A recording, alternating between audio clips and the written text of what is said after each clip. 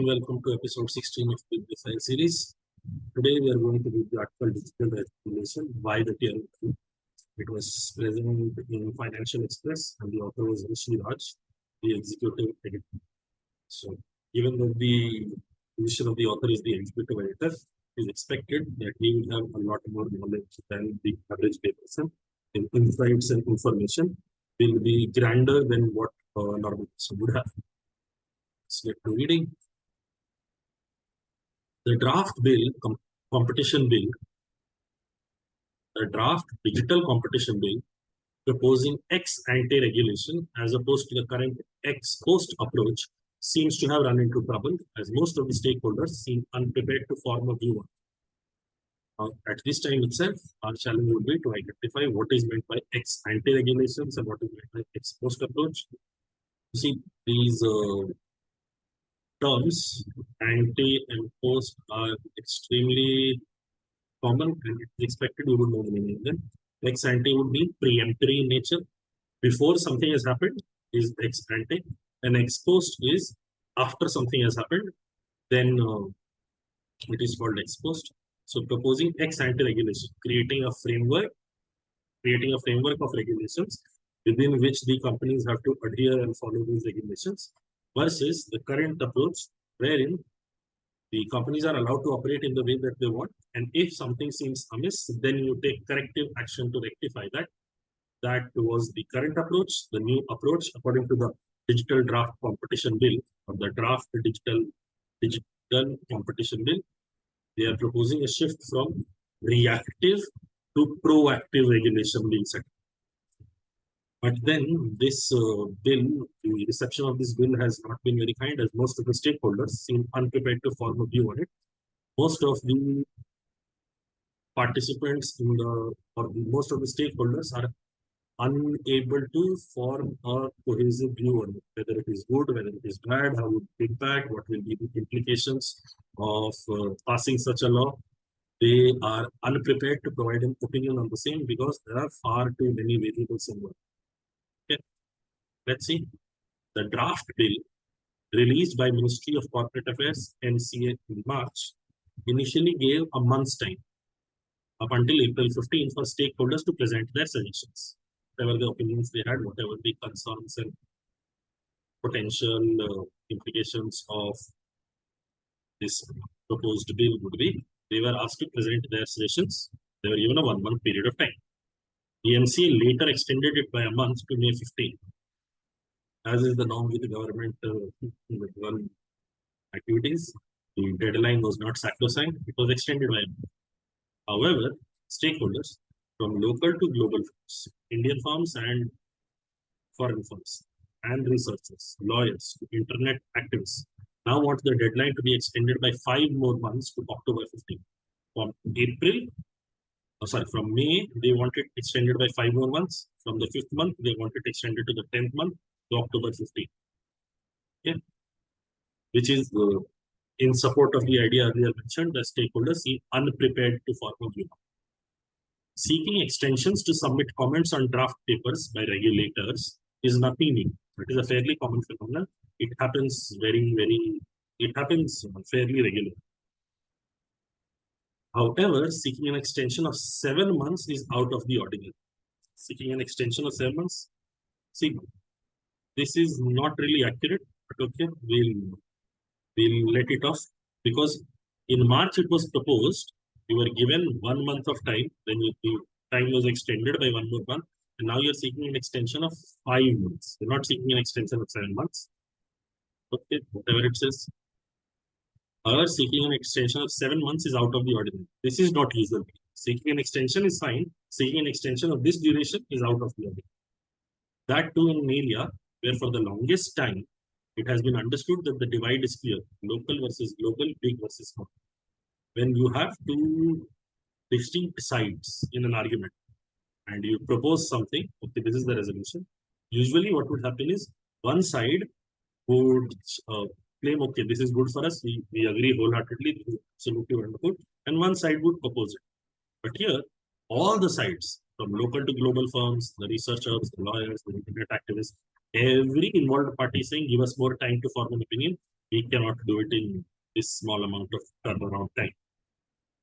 Against this backdrop, with rapid advancement in digitalization leading to emergence of big tech firms like Google, Meta, Amazon, and Apple, a view was held that domestic startups feel constrained in growing beyond the point. Thus, there was a need for regulation to check predatory behavior and create a level playing field. Now, against this backdrop, with rapid advancement in digitalization, basically a lot of business transactions, a lot of business work has been shifted online, and big tech firms, Google, Meta, Amazon, and Apple, there is ongoing legislation or a school of thought that says that these companies have become too large and there is a need to break them up because they influence far too much of the market. Anyway, that is external knowledge. To the extent that it refers to the passage here, it says that these companies have become large and they uh, inhibit the growth and sustenance and thriving of domestic startups. And domestic startups feel like they cannot compete with the larger players beyond a certain point. Thus, there was a need for creating regulation to check the predatory behavior and create a level playing field.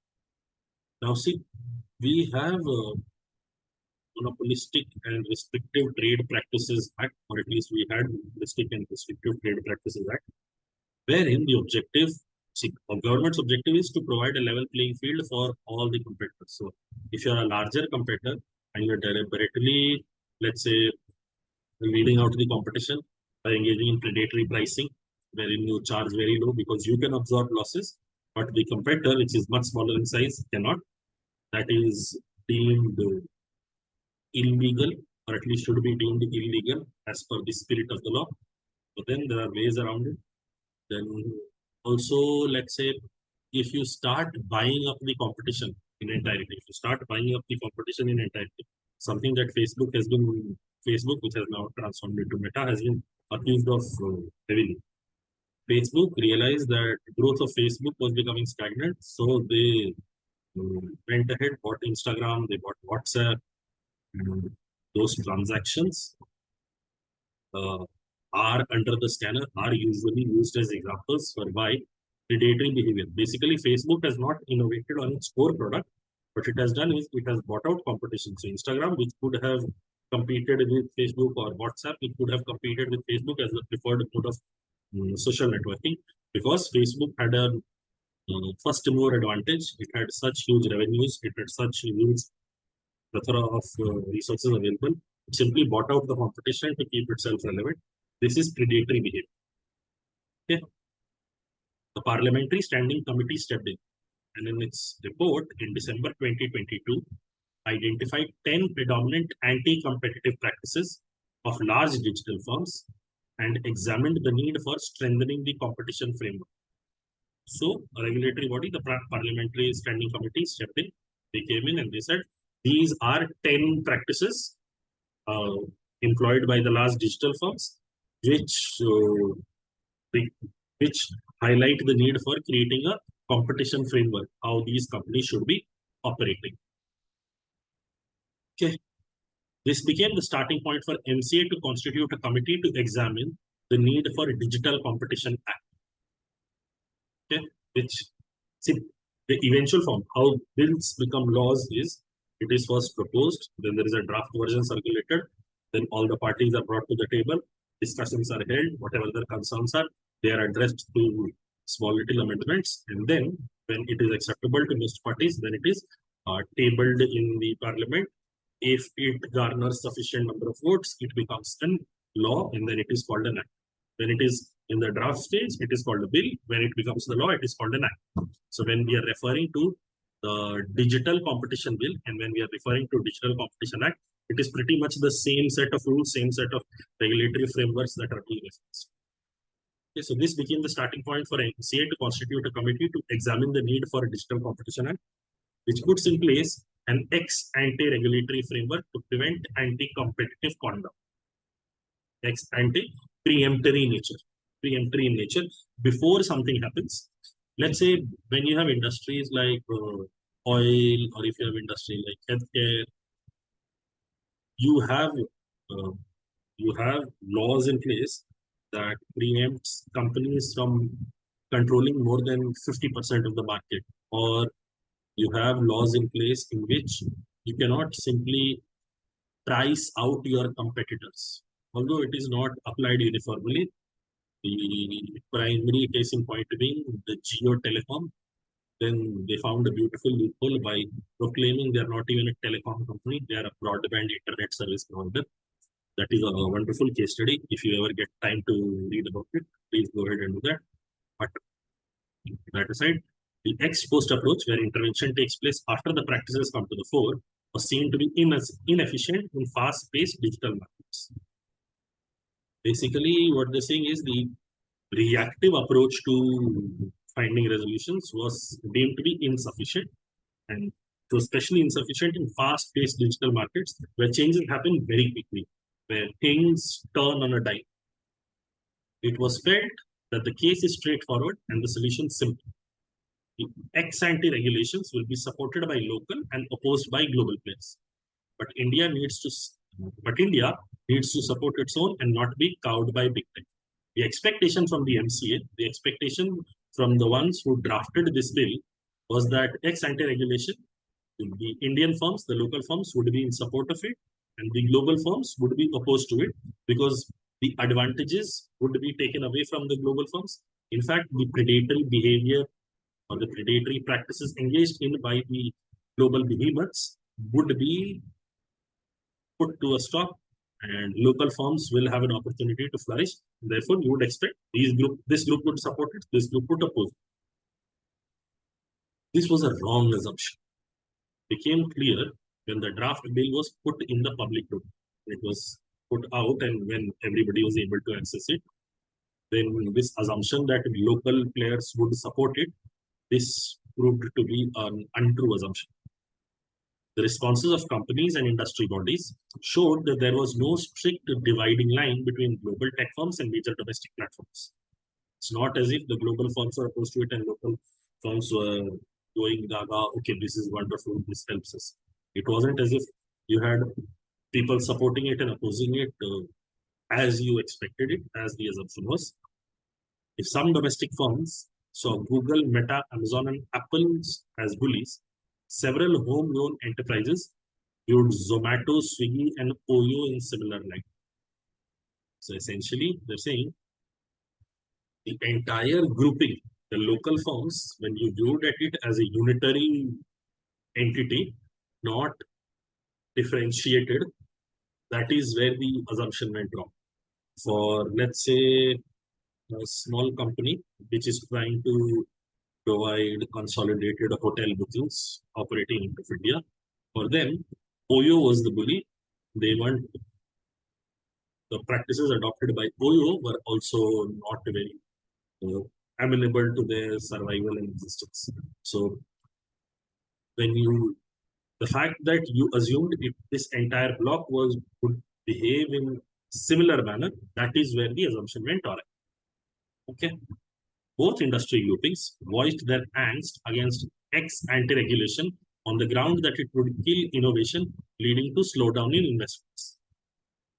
So both groups of both industry groupings, the local, the global, both of them are saying if you put down a very, very rigid framework that we have to adhere to, the scope for innovation will reduce tremendously, which will reduce our ability to grow and expand and flourish, or at least seek out investments for growing and expanding and flourishing. Their objection to a strict, rigid regulatory framework is this disables them from growing at a good rate. Okay. Second part of the article, a near unanimous stand from all sections of stakeholders seeking a lengthy extension for submitting comments should make it clear to the MCA that it bit off more than it could chew. This is a phrasal verb. Biting off more than you can chew is taking on work that is beyond the capability range. Beyond the capability range. Here, MCA has proposed something that it does not really have a good sound understanding of, and has proposed a solution that all the interested stakeholders are looking for more time to assess and provide a view. They are not saying that the bill is good. They are not saying the bill is bad.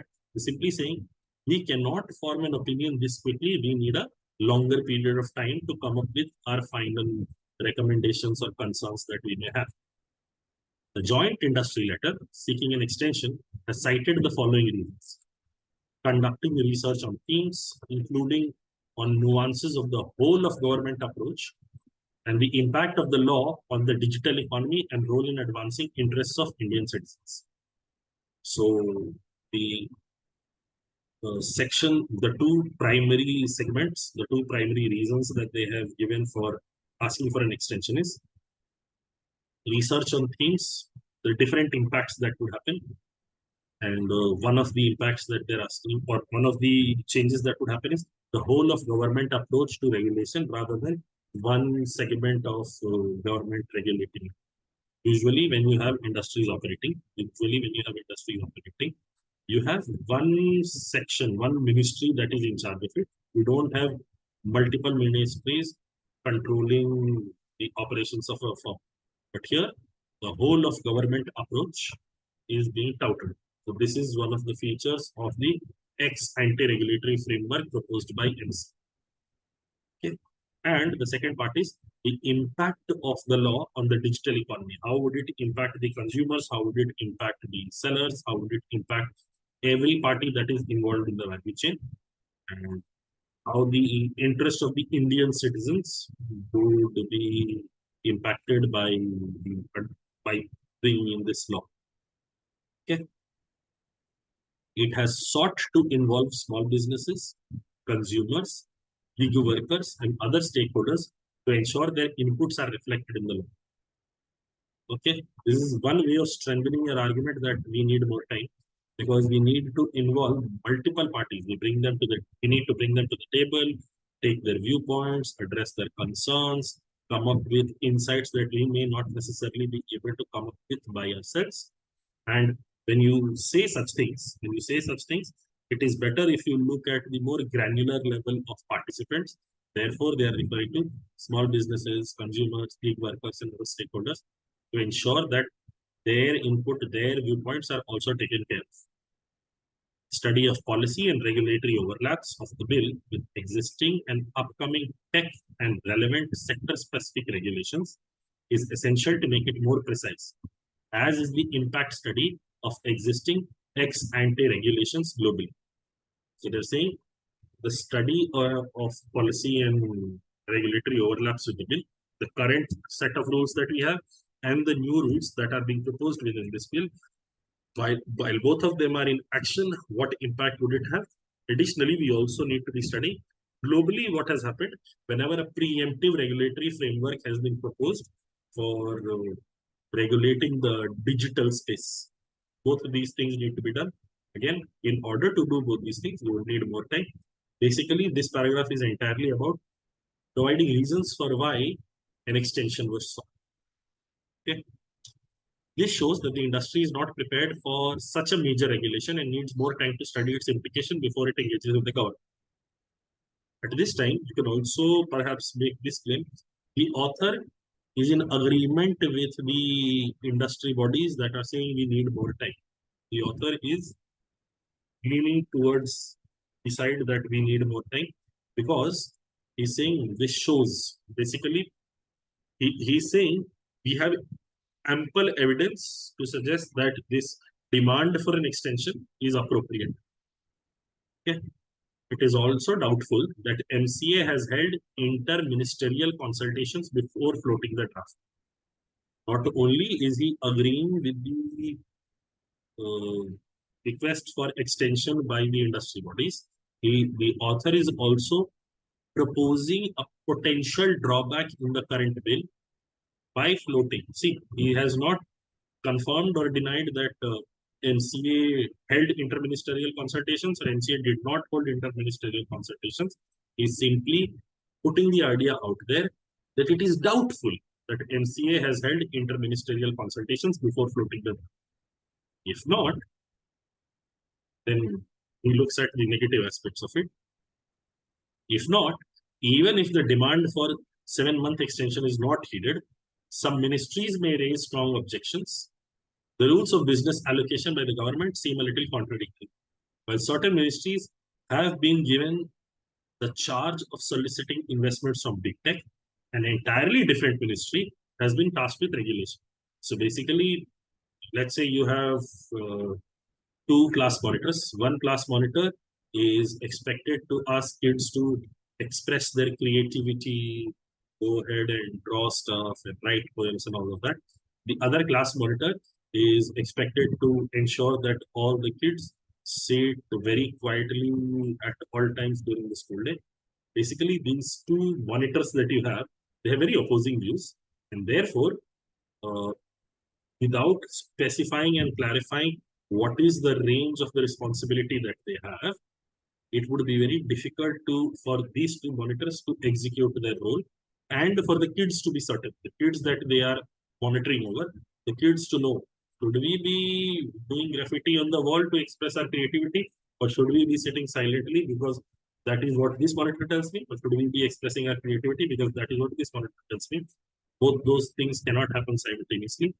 So whether a very clear structure has been framed up in order to ensure what falls within this, what falls within this, that is not clear. Since remember, this is not certain. This is a proposed or hypothesized lacuna that the author is pointing out. Then he's saying why this also makes it this also makes it acceptable for seeking an extension. Okay.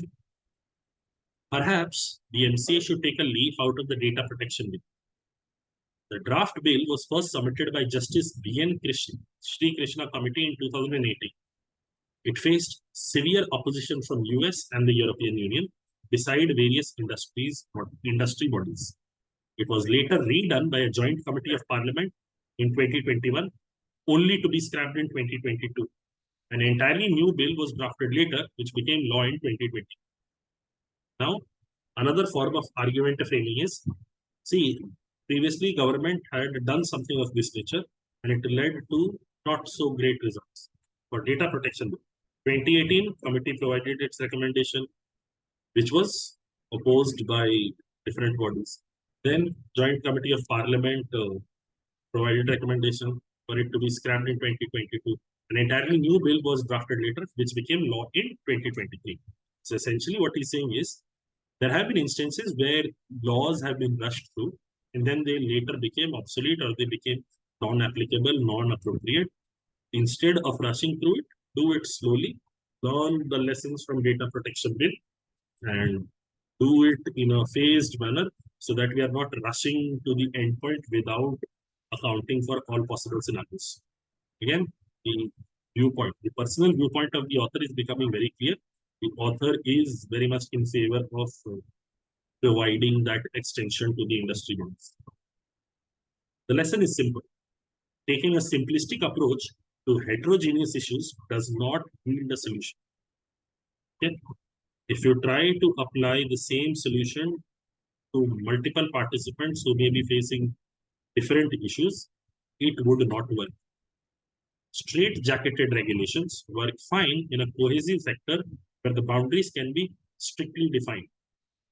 Standard solutions can work absolutely wonderfully in industries where the extent of the industry is clearly defined. Let's say you have, let's say, two companies selling coal. So how should they go about selling their coal? How would bids be entertained for mining purposes? Or how would they do the procurement? The processes are going to be similar. There can be difference in the way they operate, but the processes are going to be similar. Then coming up with regulation for monitoring their behavior or monitoring their actions is easy to do. It is not so easy to do. Also invoking the comparative spirit here. It is easy to do in industries where the boundaries are very clearly defined. In the digital space, the boundaries are not really very clearly defined. And therefore, it would not be appropriate if similar ex ante framework was proposed and it was passed without much deliberation. Okay. The digital space, the nature of businesses vary, with the only common thing being that all are providers of core digital services and can influence them. Okay. Same idea. In standard industries, in core industries, you can potentially have straitjacketed regulations. In the digital space, it will not be a good idea because while they provide online services, while they provide digital services, the way they operate is drastically different from one entity to the other. So providing a uniform solution for all entities there may not necessarily be the best idea. Again, this is a lesson from the data protection bill that was referenced earlier, and this is also something the author is recommending MCA pay heed to, which the first step of which would be granting the extension to the industry bodies that are seeking that extension. It's an ideal time for MCA to withdraw the bill. It should wait for a new government to take charge and then work on it afresh after holding extensive inter-ministerial consultations and discussions with the industry. A hurried approach now will lead to more worries in the future. Now see the beautiful thing. Absolutely beautiful. It is an ideal time. See, people have, the industry bodies have sought an extension. Extension. Not withdraw, they have sought an extension. So this person is arguing, when you negotiate, you always negotiate from a high point where you know you're not going to win, but still you argue from a high point. He has directly recommended, let's withdraw the bill. And it should wait for the next new government to take charge. If a law is necessary, the work should happen regardless of whether this government is in charge or the other government is in charge, the work on it. Because remember, while the politicians may change, the bureaucrats who would be involved will remain the same. Even if there is a movement, the work that has been done by the prior bureaucrats can be utilized by the subsequent bureaucrats also. That is not a problem. The IAS officers are involved in the ministry are not going to change. So stopping the work until the new government comes into force seems very weird. And then the beautiful act that has been done and work on it afresh after holding extensive inter-ministerial consultations. Understand? He had floated a possibility that inter-ministerial consultations may not have been done. But now he's using that possibility as the God's given truth. No, you should hold inter-ministerial consultations as if they have not been held. We don't know for certain so far whether inter-ministerial consultations have been held or not held. But then in the last line, when the overall view is being presented, a possibility that was referenced earlier by the author is now being proposed as something that definitely did not happen, which is not ideal. Okay, and discussions with the industry. This is not worth opposing. Of course, discussion with the industry should take care, should be accounted for.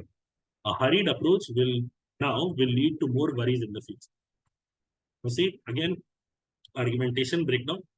One part of article analysis is understanding. The other part is seeing where different argumentation styles have been utilized. The argumentation style, I more or less agree. I more or less agree with what the author is proposing.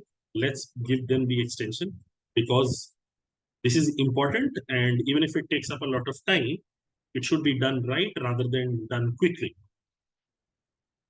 But this last bit that he has done, after holding extensive interministerial consultations, that is not accurate.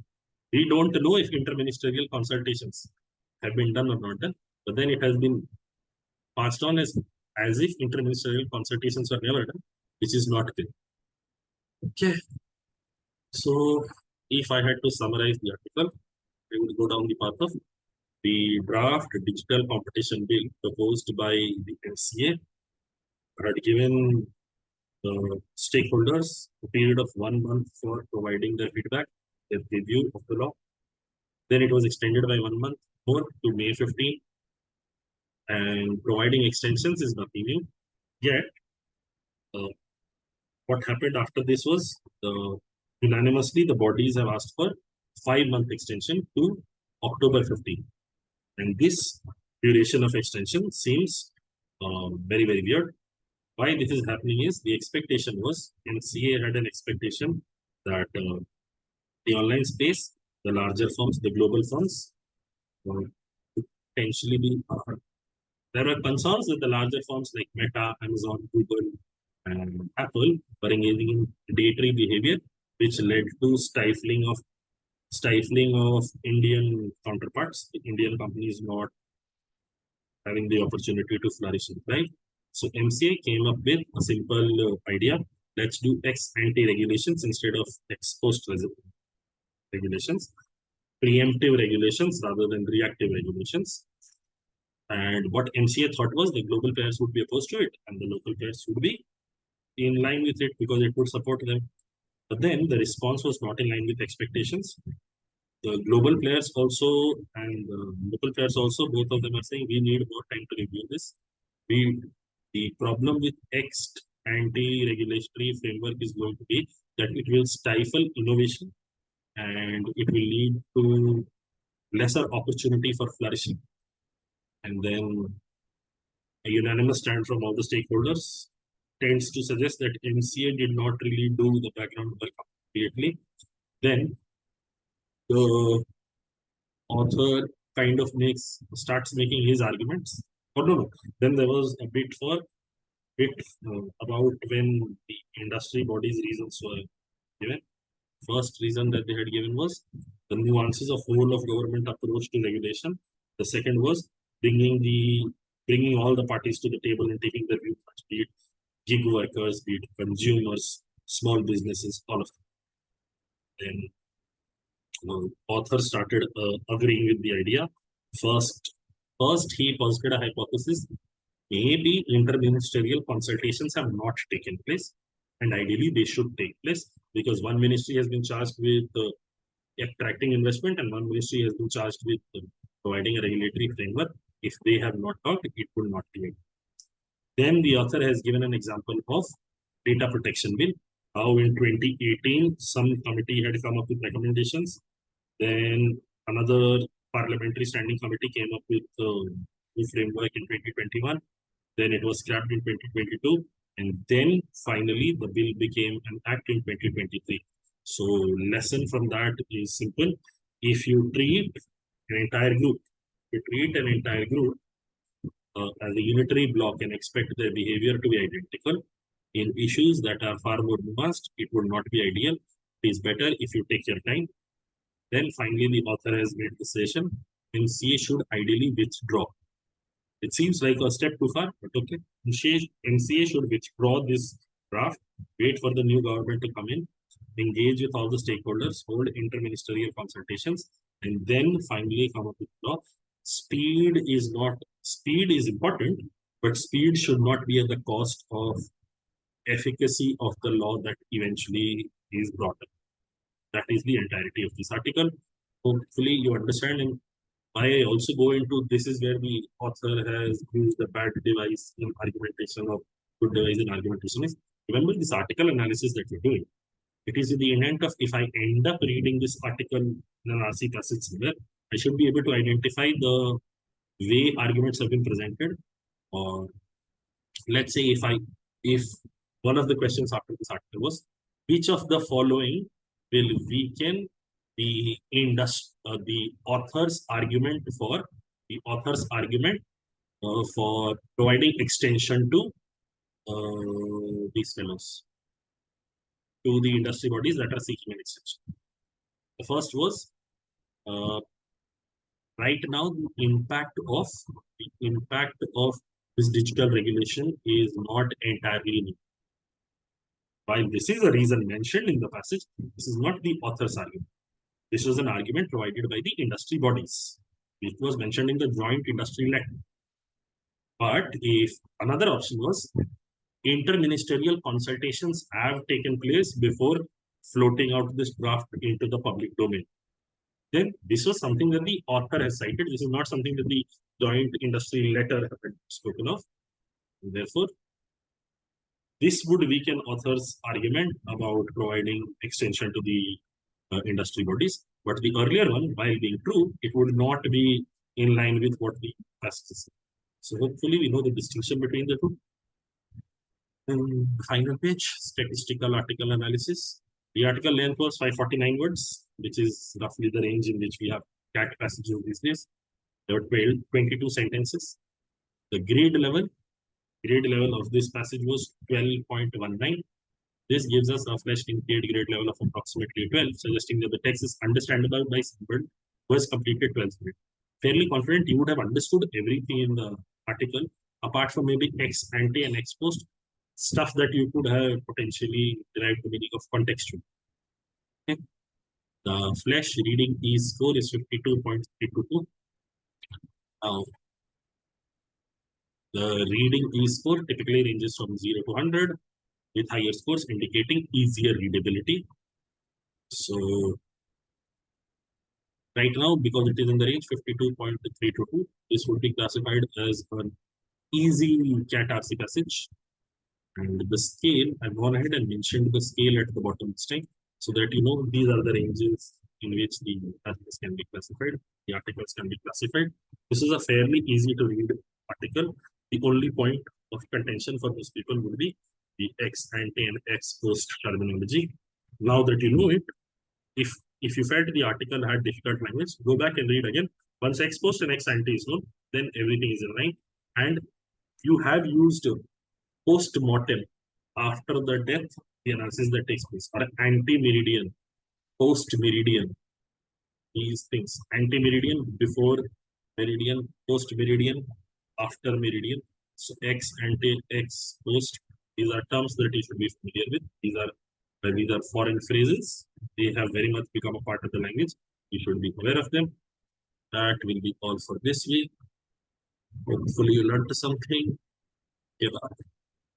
Goodbye.